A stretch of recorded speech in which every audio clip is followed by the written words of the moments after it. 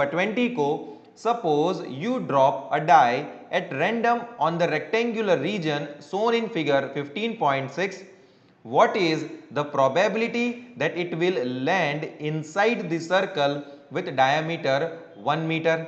ठीक है, तो हमें सिंपल स्टूडेंट्स क्या दिया हुआ है, एक रेक्टेंगल दिया हुआ है और रेक्टेंगल पर हम एक डाई को फेंक रहे हैं। डाई सिंपल क्या होता है आपको पता ही होगा, डाई मतलब ये जो लूडो की डाइस होती है उसी को यहाँ पर डाई कहा गया है।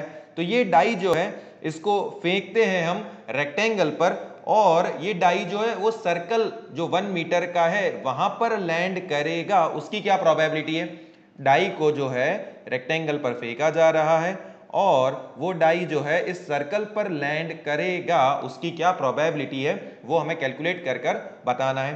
तो सबसे पहले हमें पूरे रेक्टेंगल का एरिया कैलकुलेट करना होगा और उसके बाद में एरिया ऑफ सर्कल कैलकुलेट करना होगा, जिसमें हमारा एरिया ऑफ सर्कल जो होगा वो होगा फेवरेबल आउटकम और एरिया ऑफ रेक्टेंगल जो पूरा होगा वो होगा हमारा टोटल पॉसिबल आउटकम। तो चलिए सबसे पहले हम एरिया ऑफ रेक्टेंगल को कैलकुलेट करते हैं। तो एरिया ऑफ रेक्टेंगल में आप देखते हैं लेंथ इनटू ब्रेथ फॉर्मूला होता है। तो ये 3 मीटर है तो रेक्टेंगल का अपोजिट साइड भी सेम होता है, मतलब ये भी 3 मीटर ही होगा। ये 2 मीटर है तो इसका अपोजिट साइड भी 2 मीटर ही होगा। तो चलिए इसी बात को हम नोट डाउन करते हैं। तो ये है 3 मीटर और ये होगा 2 मीटर। यहां पर लिख देते हैं area of rectangle, area of rectangle. तो area of rectangle is equals to length multiplied by breadth, length multiplied by breadth. अब देखिए लेंथ जो है वो कितना है, length is 3 meter, breadth is 2 meter.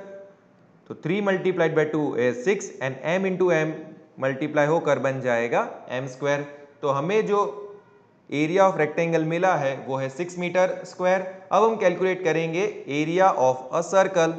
तो area of circle, area of circle का स्टूडेंट फॉर्मूला क्या होता है, पाई आर स्क्वायर।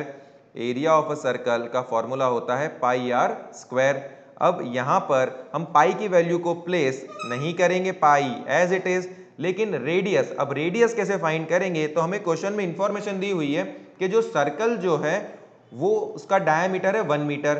तो डायमीटर स्टूडेंट्स क्या होता है, एक पॉइंट से दूसरे पॉइंट को अगर कनेक्ट किया जाए कुछ इस तरीके से, तो ये जो लाइन होगी वो लाइन है 1 मीटर, ये लाइन है 1 मीटर। और रेडियस क्या होता है स्टूडेंट्स, कि सेंटर से फॉर एग्जांपल ये सेंटर है और यहां से ये लाइन को अगर खींच दिया जाए किसी भी तरफ तो वो हो जाता है हमारा रेडियस। तो अगर पूरी लाइन 1 मीटर है तो हाफ लाइन कितनी होगी 1/2। तो रेडियस इज इक्वल्स टू 1/2। तो रेडियस की जगह पर हम लिख देंगे 1/2, बिकॉज डायमीटर जो होता है वो रेडियस का डबल होता है या रेडियस जो होता है वो डायमीटर का हाफ होता है। अब हम क्या करेंगे, तो पाई को एज इट इज रहने देंगे और 1 का स्क्वायर लिख देंगे और डिनोमिनेटर में लिख देंगे 2 का square equals to pi again as it is, और वैल्यू हमें मिल जाएगी 1 का स्क्वायर 1 और 2 का स्क्वायर हो जाएगा 4। और इसी तरीके से एरिया ऑफ सर्कल हमें मिलेगा पाई अपॉन 4, पाई अपॉन 4। तो एरिया ऑफ रेक्टेंगल भी मिल चुका है और एरिया ऑफ सर्कल भी मिल चुका है। अब स्टूडेंट हम क्या करेंगे, तो प्रोबेबिलिटी ऑफ एन इवेंट का फॉर्मूला अप्लाई करते हुए ये कैलकुलेट कर लेंगे कि क्या प्रोबेबिलिटी है कि जब इस डाई को रेक्टेंगल पर फेंका जाए और उस सर्कल पर लैंड करे। तो यहां पर हम लिखते हैं प्रोबेबिलिटी, यहां पर हम लिख देंगे probability of die to land inside the circle, probability of die to land inside the circle, inside the circle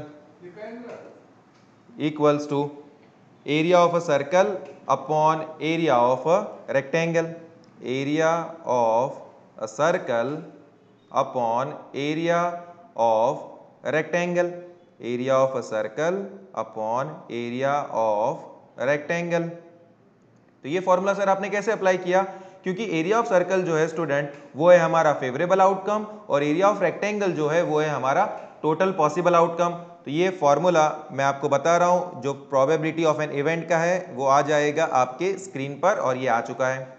ये है probability of an event equals to number of favourable outcome upon number of total possible outcome. तो favourable outcome क्या है हमारा, area of circle, कि जो die है वो सर्कल पर गिरेगा उसकी क्या प्रोबेबिलिटी है, वो है हमारा फेवरेबल, और जो टोटल पूरा एरिया है वो है हमारा टोटल पॉसिबल आउटकम, जो है हमारा एरिया ऑफ रेक्टेंगल।